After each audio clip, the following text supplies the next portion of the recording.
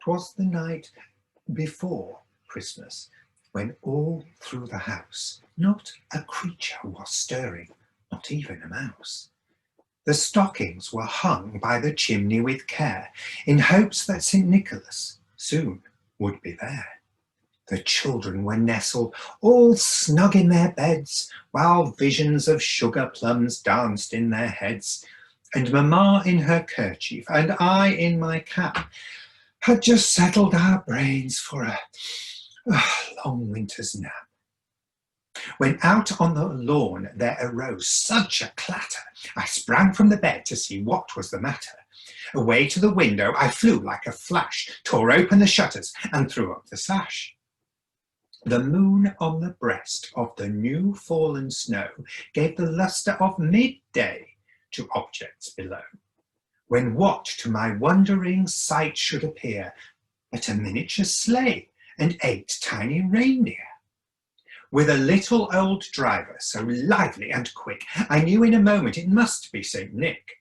More rapid than eagles his coursers they came, and he whistled and shouted and called them by name. Now Dasher, now Dancer, now Prancer and Vixen, on Comet, on Cupid, on Donner and Blitzen, to the top of the porch, to the top of the wall, now dash away, dash away, dash away all.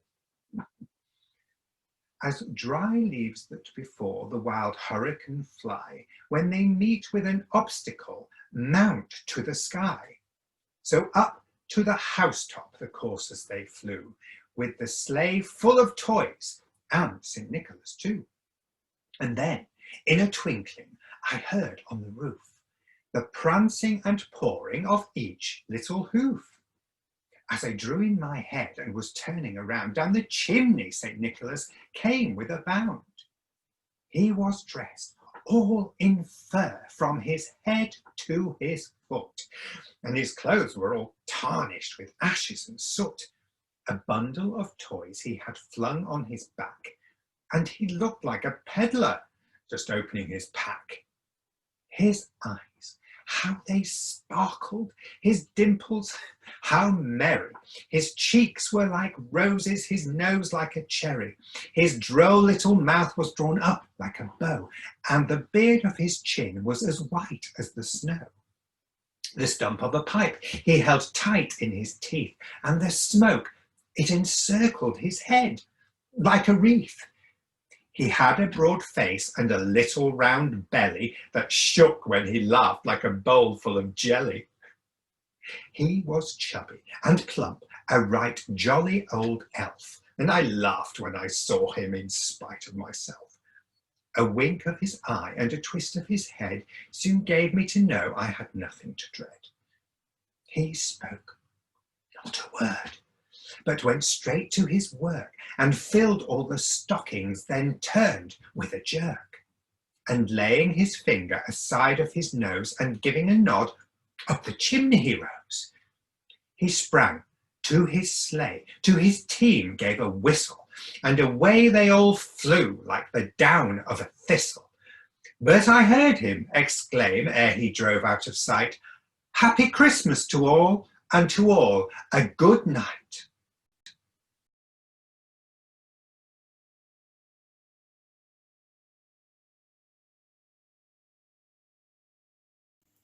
The following just seems to emphasise the old adage, never work with children. December, and that time of year when the vicar of the small Yorkshire village went into the primary school to chat to the children. This is a very special time of year, he started jovially. Can anyone tell me what it is? It's Christmas, volunteered a small, wiry child. It is indeed, agreed the vicar. And I'm getting a bike, the small boy informed him, which seemed to be a signal for all the rest of the class to join in and shout out what they were hoping to receive. Children, children, exclaimed the vicar. Christmas is not just about presents. It's a wonderful celebration of the birthday of a very special baby. And I know what it were called, chipped in that same rather vocal child. The vicar interlaced his fingers and, smiling encouragement, added, I am very pleased to hear that. It were called Wayne, the child continued eagerly. Wayne? Interrupted the vicar, rather horrified. What a thought! It were, insisted the boy. Babby were called Wayne. No, countered the vicar, beginning to regret he'd ever agreed to visit the school that day. The baby was called Jesus. No, it were Wayne, persisted the child. I know, 'cause we sang that song about it in assembly. You know the one, a Wayne in a manger.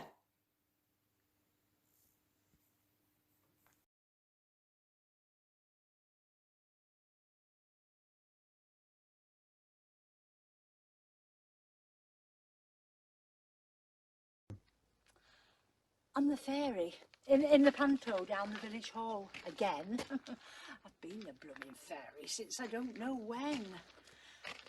I really feel like I need a change. I do it every year, but every time I mention it, no one seems to hear. I asked to play Prince Charming when we did the first rehearsal, but they said my bust was much too large to do the role reversal. I would have played another part, but they said the roles were taken. So I'm doomed to be the fairy, unless I'm much mistaken. But me tutu is getting shabby, and the seams have come undone. And when the crotch is round your knees, the tights are not much fun. I look like an old dishcloth, and my hem's no longer straight. But they say it's not the costume's fault. It's me. I've put on weight. I think my hearing's on the blink. I'm missing half my cues. And I'll have to wear my slippers because my bunions can't stand shoes. I suppose I'll need a fixative to keep my dentures tight, or they'll end up on the front row when I speak on opening night. Not that I have much to say. My part is very small. I wave me wand and say 2 lines and pirouette, that's all. But I'll have to take it easy when I do the pirouette, because I've had a hip replacement and my legs are wonky yet. I'm scared of slipping on the floor, because that would be bad news. I might upset the apple cart and loosen all my screws.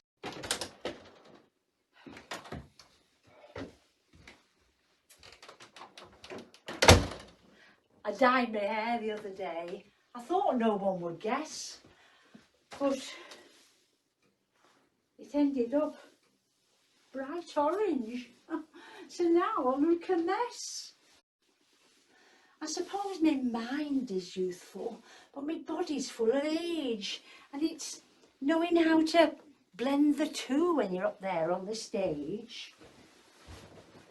It's not easy being a fairy when you're fat and well past 50, and arthritis starts to plague your joints and your body's not so nifty. But I can't complain or grumble, because I don't want them to hear, or they might not ask me back again to play the part next year.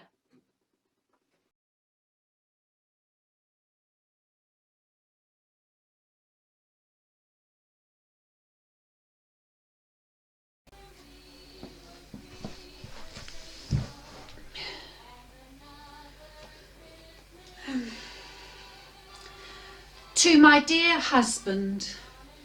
No. Dear Chris. No, no. Dear Nick. Dear Saint Nick. No. Dear Mr. Claus. I'm so sorry it has come to this. We've been married for over a dozen centuries, and yet somehow we've grown apart. Maybe it's the fact that you spend more time with your reindeer than you do with me. Or that you don't feel complete unless you're down in your workshop, slave driving those poor elves.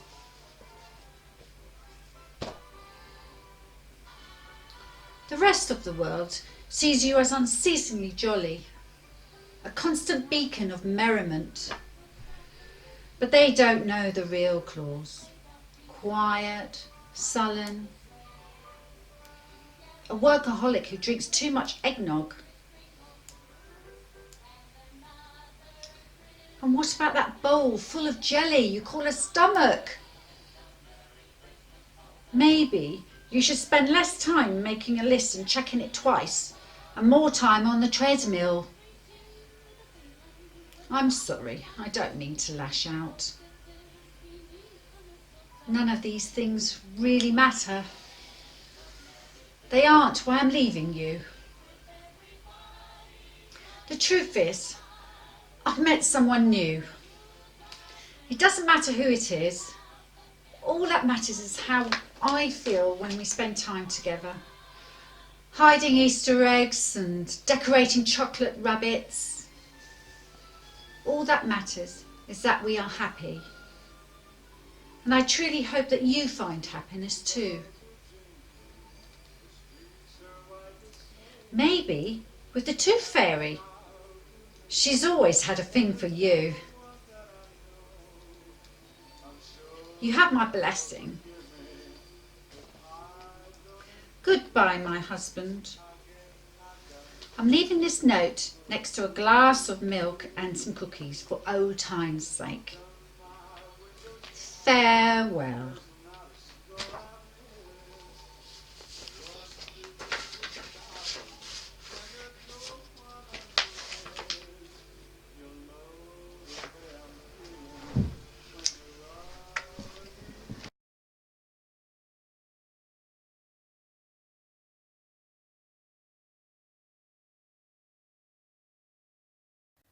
Oh, hello, Mrs. Vinton. I'm so pleased you were able to come along and see our nativity rehearsal. Can you squeeze in there? Our chairs are a wee bit wee, as they say north of the border. Now, children, we're going to start our rehearsal. Where are my Mary and Joseph? That's right, Shirley. Take Dennis by the hand and come and sit on this bench in there. No, Shirley, don't drag him, Shirley. He'll come. Oh, children, don't hit each other. Mary and Joseph were friends. Now, who are my wise men? Barry, you're a wise man, aren't you? Aren't you? Well, what are you then? Oh, you're a cattle. And you're going to low. Splendid. Go over to Miss Bolting. Miss Bolting, you're looking after the animals and the angels, aren't you? Barry's one of yours. Now then, wise men, Billy, Peter, and George. George. Wise men never do that. Now, my kings, please. Of course, Mrs. Vinton, we do know that traditionally the wise men and the kings are one and the same, but we do like everybody in the nursery to have the chance to shine, so we've taken a few liberties, and I don't think anyone will mind. Kings, Sydney, Neville, Cliff, and Nicholas Ananiades. 4 kings, I'm afraid. Well, we do have 4 rather lovely crowns, and it did seem a pity not to use them. Sydney, put your crown on straight, please, and not over one eye. Sydney, what have you got under your jersey? Well, that's not the place for a hamster, is it? Put him back in his little pen. Sydney, which one have you got? Is it Paddington or Boris Johnson? Well, who's got Paddington? Neville. Put him back at once, poor Paddington and Boris Johnson. It's not very nice for them and Christmassy under your jerseys. Well, Sydney, I think it serves you right if Paddington's bitten you. And don't bite him back. Well, because he's smaller than you are. And are you bleeding? Well, then don't make such a fuss. Cliff, put your crown on, please. Why can't you? It's too big. Come here, let me see. Oh, yes, it is, isn't it? Where are you? Oh, there you are. Nice to see you again. I think perhaps you'd better swap with Nicholas. You can manage a big crown, can't you? You've got just the ears for it. I think if you pull your ears down a little, dear, the crown will just sit on it.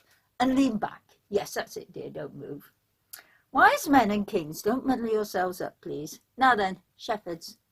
Jimmy, you are my first shepherd and not a racing car. Yes, Caroline, you are a shepherd. No, you can't wear your little Bo Peep costume. Well, because there aren't any little girl shepherdesses in our play. There are only boy shepherds, and you are a girl pretending to be a boy shepherd. Yes, I know it's rotten, but that's just the way it is. Perhaps if you are very good, you can wear a lovely grey beard. George, what is it wise men never do? Thank you. Jimmy, do you remember what you're going to say? You're going to point your hand up into the sky and you see something lovely, don't you? What is it? No, not a baby. Try again. It's a lovely silver star, and you are going to put your hand up, and what are you going to say? No, Sydney, he is not going to say, can you go to the bathroom? Children, it's not funny. It's a perfectly natural function, and we might as well get used to it. You're going to say, behold, aren't you, Jimmy? It's a lovely silver star, and you're going to say, behold. Well, you said it yesterday. You think you'd rather say it tomorrow? Very well. Well, you know, Mrs. Binton, I do feel we've broken the back of the play now, so I think we'd better finish for the day. Children, give your crowns back in, please. No, Sydney, you can't wear it home on the bus. You know, Mrs. Binton, I think it'll be all right on the night, but I think next year we might make do with singing Away in a Manger.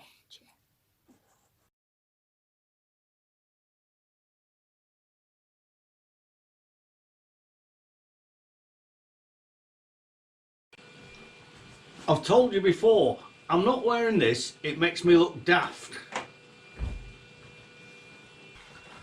So, I'll tell you an old Christmas story while we sit around the log fire at night.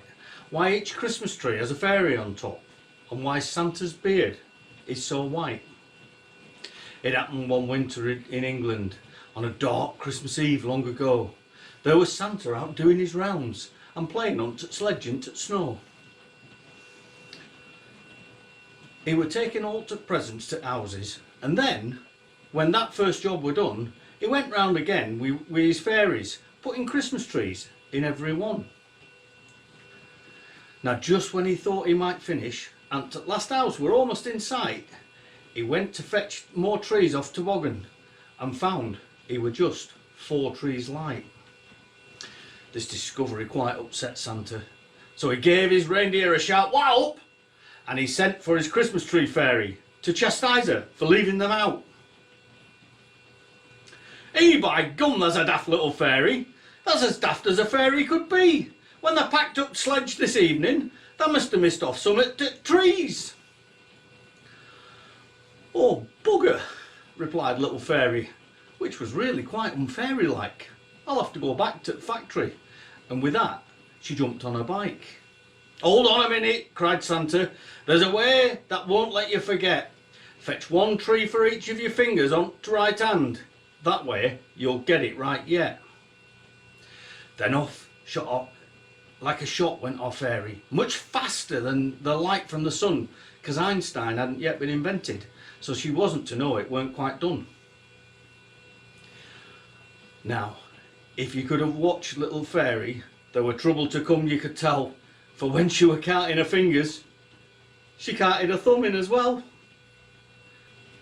Now Santa, he waited for hours, till his patience were running quite dry, till at last he saw fairy pedalling, for all she were worth, through to the sky. But then, as fairy got nearer, Santa's anger it grew more and more. He could see from the load she was bearing that she was fetching him 5 trees, not 4.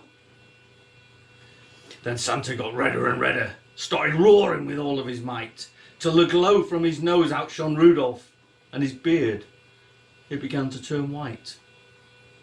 "Why, the stupid," he yelled at the fairy. "That's 4 times as thick as I thought. Now go and put trees in the last house, and as soon as that's finished, report.